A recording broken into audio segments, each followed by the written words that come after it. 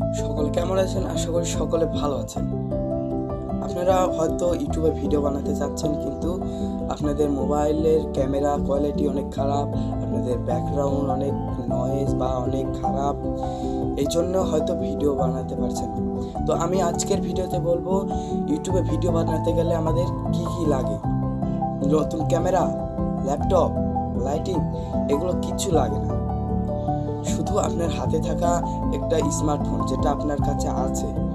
আমি এখন যে ভিডিওটি বানাচ্ছি এটার কিন্তু একটা সাধারণ স্মার্টফোন, এটার ক্যামেরার কোয়ালিটিও কিন্তু অনেক খারাপ।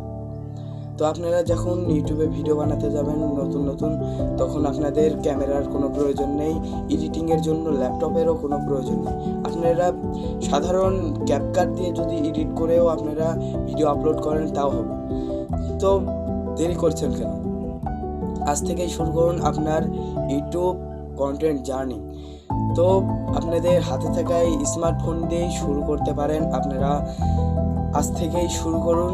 তো এই ছিল আজকের ভিডিও। যদি একটু ভালো লেগে থাকে সাবস্ক্রাইব করে কমেন্টে জানান নেক্সট পার্টের জন্য।